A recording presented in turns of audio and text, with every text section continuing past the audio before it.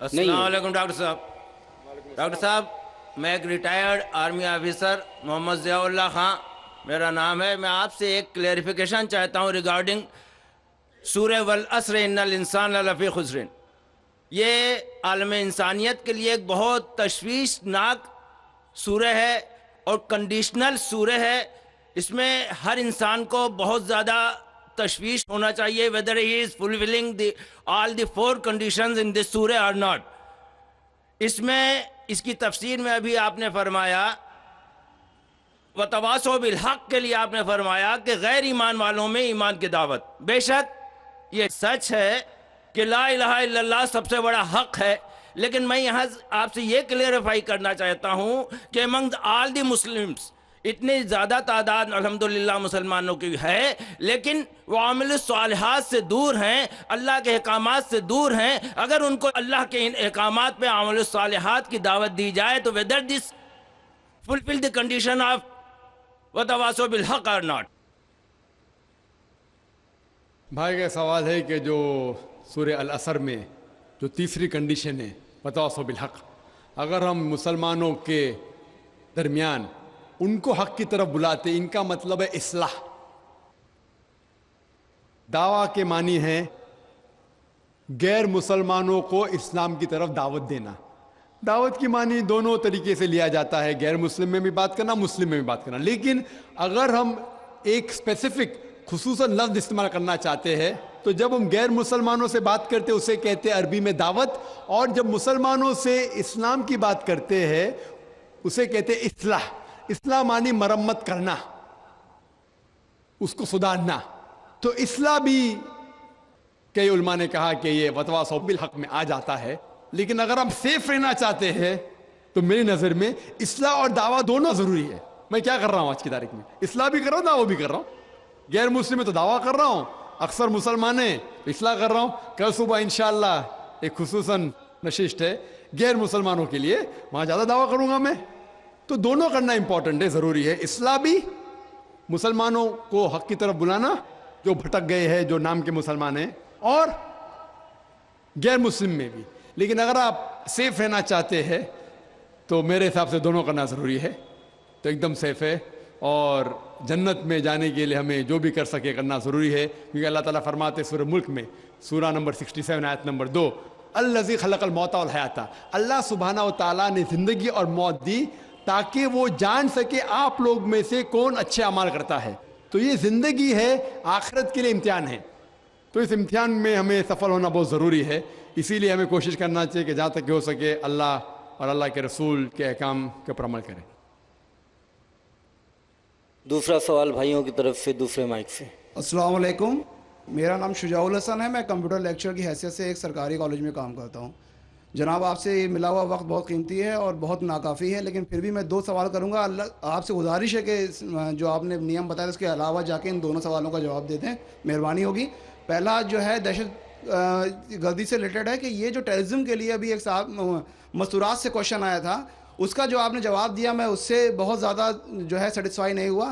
آپ نے بش اور امریکی طاقتوں کو بہت بڑا ٹیررزم بنا کے، اور جو مین سوال تھا اس کا جواب نہیں ملا. میرا سوال یہ ہے کہ کشمیر کی انوسنٹ کلنگ یا افغانستان پہ جو آپ کے انفورس کر کے اسلام کو لوگوں نے کوشش کری طالبان نے، وہ یا اسامہ بن لادن، ان تینوں کو اسلام اور قرآن کی روشنی میں جسٹیفائی کیا سکتا ہے یا نہیں؟ اور مہربانی کر کے دوسرا کوشچن بھی سن لیجئے. ایک سوال بھائی صاحب، ایک سوال جو رول ہے اس کے اوپر کیے. بھائی صاحب نے کہا کہ اہم سوال کشمیر کے بارے میں نے جواب دیا ہی نہیں. بھائی صاحب وہ سوال میں کشمیر کا ذکر تھا ہی نہیں، آپ نے سوال ہی نہیں سنا.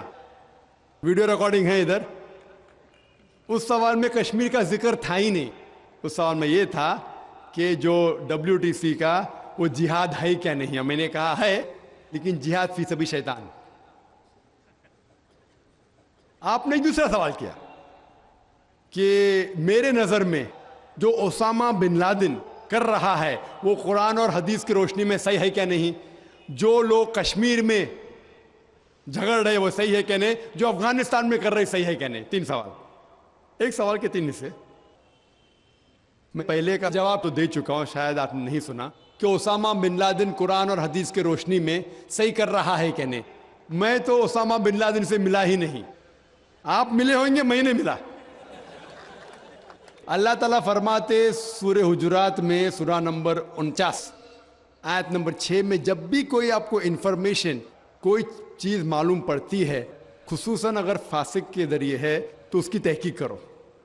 سو مجھے پتا نہیں, جو یہ CNN کہہ رہی ہے کہ اسامہ بن لادن نے WTC کو گرایا, اسامہ بن لادن تو کہتا میں نہیں گرایا. تو نہ میں اسامہ بن لادن سے ملا, تو میں یہ بھی نہیں کہتا اسامہ بن لادن قرآن حدیث پہ ہے یا نہیں ہے. اللہ عالم, اللہ عالم. اگر ہے تو جنت میں جائے گا, نہیں ہے تو نہیں جائے گا. مجھے ضروری نہیں کہ اسامہ بن لادن سے ملنا میرا فرض ہے, ٹھیک ہے نا. وہ آخرت کے دن میں فیصلہ ہو جائے گا. اللہ تعالیٰ آپ سے بھی نہیں پوچھے گا کیا وہ مجاہد تھا کہ دہشت گرد تھا, وہ اللہ تعالیٰ فیصلہ کریں گے. سوال نمبر 2 کہ کشمیر میں جو لوگ جھگڑ رہے ہیں کیا وہ قرآن اور حدیث کے روشنی میں ہے کیا نہیں. میں کشمیر میں لاسٹ ایئر 2003 میں تقریباً 1 سال پہلے گیا تھا. آپ دیکھتے کہ کشمیری لوگ الگ الگ وجہ کے لیے جھگڑ رہے ہیں. اگر وہ وجہ قرآن اور حدیث سے صحیح ہے تو صحیح وجہ, اگر خلاف ہے تو خلاف ہے. یہ کہنا کہ سارے کشمیر قرآن حدیث کے اوپر ہے یا سارے کشمیر نہیں ہے, یہ بالکل غلط ہے. کچھ لوگ قرآن اور حدیث کے روشنی میں جدوجہد کر رہے ہوں گے تو صحیح جہاد کر رہے, کچھ لوگ اپنے ذاتی فائدے کے لیے ایک دوسرے کا قتل کر رہے, وہ بالکل غلط ہے. تو ہم دیکھتے ہیں کہ کئی بار کئی لوگ اپنے ذاتی فائدہ اپنا بنا لیتے ہیں. تو میں یہ نہیں جانتا ہوں خصوصاً کون کشمیری کیا کر رہا ہے. تو اسی لیے یہ کشمیر عام لوگ قرآن حدیث پہ عمل کر رہے کیا نہیں, آپ کو اس سے پوچھنا چاہیے جو پالیٹکس کے اندر ایک ماہر ہے. اللہ تعالیٰ فرماتے سورہ نحل میں سورہ نمبر 16 آیت نمبر 43, اور اللہ تعالیٰ فرماتے سورہ نمبر 21 آیت نمبر 7 میں فَاسْأَلُوا أَهْلَ الذِّكْرِ إِن كُنتُمْ لَا تَعْلَمُونَ. اس سے پوچھو جو اس فن کا ماہر ہے. میں پالیٹکس کے فن میں ماہر نہیں ہوں, میں دائی ہوں. تو کس طریقے سے جواب دینا غیر مسلم کو بولوں گا, لیکن پالیٹکس میں کشمیری لوگ کیا کر رہے ہیں, افغانی لوگ کیا کہہ رہے ہیں, وہ میں نہیں کہہ سکتا ہوں.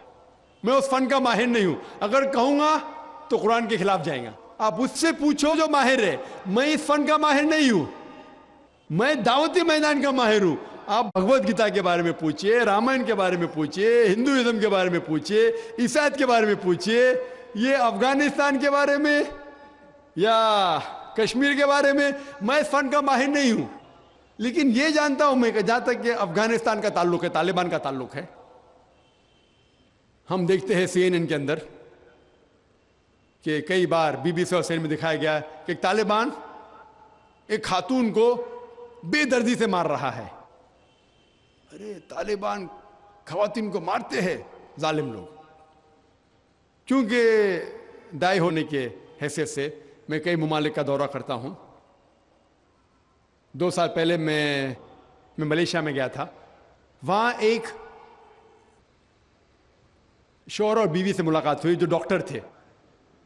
بیوی گائنوکالوجسٹ تھی اور شوہر سرجن تھے. انہوں نے تقریباً 1 مہینہ افغانستان میں رہے, اور انہوں نے کہا مجھ سے کہ یہ جو ٹی وی میں دکھا رہے تھے کہ طالبان لوگ خواتین کو مار رہے, یہ بالکل غلط ہے. میں نے پوچھا آپ کو کیسا پتا غلط ہے؟ تو اس نے مجھ سے کہا, وہ میاں بیوی نے کہا, کیونکہ طالبان کو جو پگڑی باندھتے ہیں ان کے باندھنے کا ایک خصوصی طریقہ ہے. مثال کے طور پہ جب ہم عربوں کو دیکھتے, ہمارے لیے جو عجم ہے, ہمارے لیے سب عرب ایک جیسے پگڑی باندھتے, پھیٹا باندھتے, اپنا گترا باندھتے. لیکن وہ عرب ہی جانتا ہے کہ سعودی گترا باندھنے کا طریقہ الگ ہے, وہ اماراتی UAE کا گترا باندھنے کا طریقہ الگ ہے, وہ کویٹی کا گترا باندھنے کا طریقہ الگ ہے.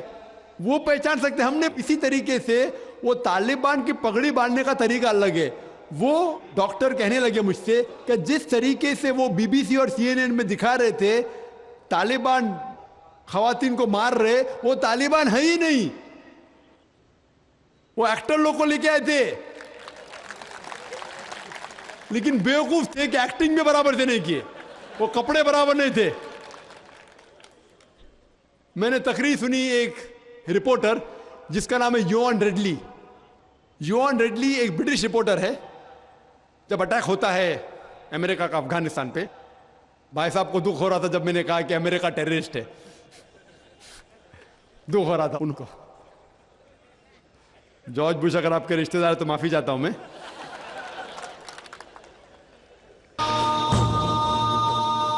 تو یوان ریڈلی جو تھی, یوان ریڈلی ایک رپورٹر ہے, برٹش رپورٹر, سفید ہے, وائٹ یورپین. اس کو بھیجتے ہیں افغانستان میں تحقیق کرنے کے لیے طالبان کے بارے میں. وہ سارے تحقیق کرتے ہیں اور پورے ٹائم وہ نقاب میں رہتی ہے, حجاب میں رہتی ہے. ایک بار کیمرہ گر جاتا ہے اور اس کا راز فاش ہو جاتا ہے, تو طالبان اسے پکڑتے ہیں, 6 دن تک اسے قید کرتے ہیں.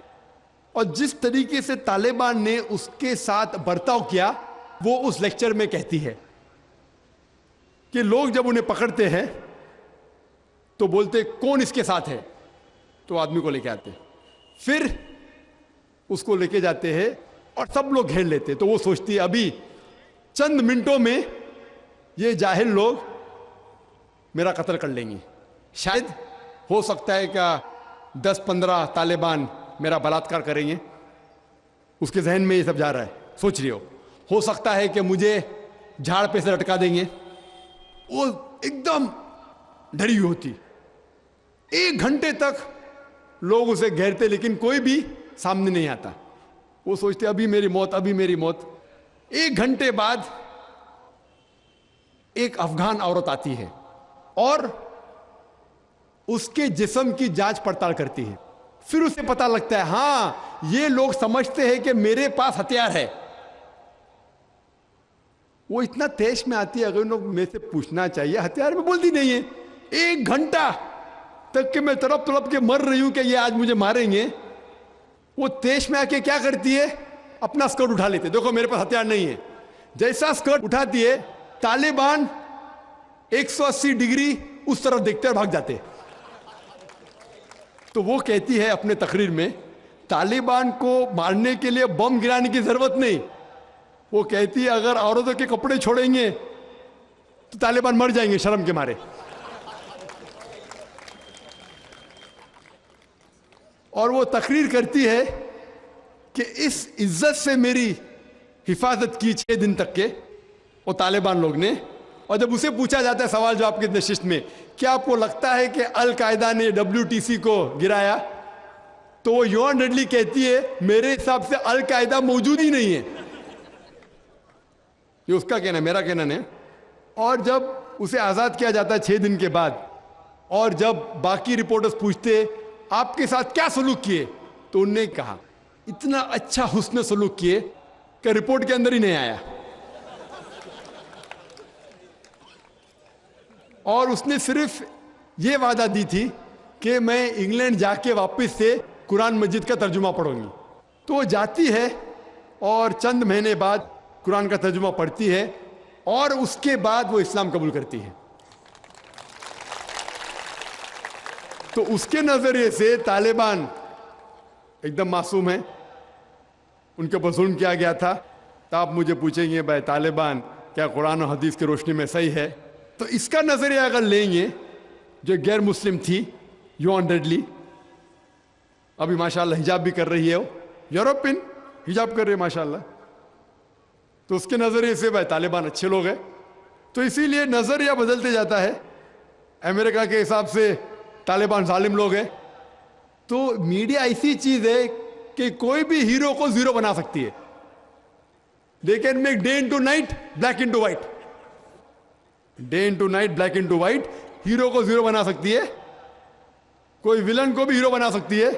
تو اسی لیے قرآن مجید میں اللہ تعالیٰ فرماتے کوئی بھی چیز آپ کے پاس آتی ہے اس کی تحقیق کرو تیسرے کو پہنچانے کے پہلے. تو اسی بنیاد پہ میں نے کہا تھا, کیا نام ہے, اسامہ بن لادن کو جانتا ہوں نہ, یہاں کیا ہو رہا ہے پتہ نہیں مجھے, افغانستان بھی میں نہیں گیا ہوں, لیکن یہ رپورٹ کے ذریعے یہ پتہ لگتا ہے کہ یہ جو امریکہ کر رہی ہے اپنے میڈیا کے ذریعے یہ شیطانی حرکت جو غلط فہمی پھیلا رہی ہے, اس کی سزا تو انشاءاللہ انہیں ملیں گی. اسی لیے میرے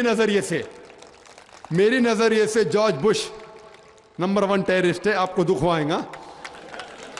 جب میں لندن میں گیا تھا, وہاں ایک تقریر کی اور میں جواب دیا, تو ایک نوجوان اٹھ کے کہتا ہے کہ جارج بش کو ہم دعا کرتے کہ اللہ تعالیٰ اس کا قتل کرے. تو میں نے کہا میں تو یہ دعا نہیں کروں گا، میں تو یہ دعا نہیں کروں گا، کیونکہ اللہ کے رسول نے جو دعا کی، جو سب سے زیادہ دشمن اسلام کے خلاف جو تھے محمد صلی اللہ علیہ وسلم کے دور میں، دونوں کا نام تھا عمر، تو اللہ کے رسول نے یہ دعا کی کہ کم از کم ایک عمر کو ہدایت دے، تو میں یہ دعا کرتا ہوں کہ کم از کم اللہ تعالیٰ جارج بش کو ہدایت دے۔ بہنوں کی طرف سے کوئی سوال؟ السلام علیکم، میرا نام یسرا ہے اور میں ایک اسٹوڈنٹ ہوں۔ میرا یہ سوال ہے کہ کیا ٹیررزم اور ایکسٹریمزم کا ایک ہی معنی ہے؟ بہن نے سوال کیا ہے کیا ٹیررزم اور ایکسٹریمزم کا ایک ہی معنی نہیں، دونوں الگ معنی ہیں۔ ٹیررزم مطلب جو دہشت گرد ہے، جو انسان کے دل میں دہشت پیدا کرتا ہے۔ ایکسٹریمسٹ مینس شدت پسند۔ ٹیررسٹ میں ٹیررزم کرتا ہے، جیسا میں نے تقریر میں کہا کہ غلط لوگوں کے دل میں دہشت پیدا کرنا اچھی بات ہے، اچھے انسان معصوم کے دل میں دہشت پیدا کرنا غلط ہے۔ ایکسٹریمزم مطلب شدت پسند۔ تو لوگ کہتے ہیں مسلمان شدت پسند ہے، اور بہت سے مسلمان اپنے بچاؤ کے لیے نہیں میں شدت پسند نہیں ہوں، میں کہتا ہوں میں شدت پسند ہوں، لیکن شدت پسند صحیح چیزوں میں۔ مثال کے طور پر ایمانداری کے میدان میں شدت پسند ہوں، حق کے میدان میں شدت پسند ہوں، جہاں تک کہ انسانیت سے اچھا برتاؤ کرنا چاہیے اس میں شدت پسند ہوں۔ تو شدت پسند صحیح چیزوں میں اچھی بات ہے۔ کوئی بھی انسان یہ نہیں کہہ سکے گا کہ آپ بہت شدت سے ایماندار ہے اس لیے آپ غلط انسان ہے، کوئی بول ہی نہیں سکتا۔ ہاں غلط چیزوں میں شدت پسند نہیں ہونا چاہیے۔ اللہ تعالیٰ فرماتے ہیں سورہ نساء میں سورہ نمبر 4 آیت نمبر 171 میں لا تغلوا فی دینکم، do not commit excess in your religion, آپ دائرے کے باہر مت کام کرو۔ ایکسیسز، لا تغلوا فی دینکم، دین کے دائرے کے باہر مت جاؤ، لیکن دائرے میں ہو کے ایک طرفہ شدت جو حق کی بات ہے وہ تو اچھی بات ہے۔ تو شدت پسند ہونا ایک الگ بات ہے، ٹیررزم الگ بات ہے۔ ہو سکتا ہے کہ ایک انسان دونوں ہے یا صرف ایک ہی ہے یا دونوں نہیں ہے۔ یہاں بھائیوں کی طرف سے۔ ڈاکٹر صاحب میرا نام عبد النصیر ناصر ہے، میں ڈاکٹر امبیڈکر مہاسبھا کا سیکریٹری ہوں۔ امبیڈکر مہاسبھا میں 67 IAS ادھیکاری ہیں دلت۔ بہت سے لوگوں سے میں بات کرتا ہوں اسلام کے بارے میں تو کہتے ہیں بابا صاحب امبیڈکر نے کہا تھا میں ہندو دھرم میں پیدا ہو گیا ہوں لیکن ہندو ہو کے مروں گا نہیں۔ ہم لوگ بھی چاہتے ہیں عام اسلام میں، لیکن جو ہمیں فیسلٹی مل رہی ہے وہ ہم کو دلت کی حیثیت سے مل رہی ہے۔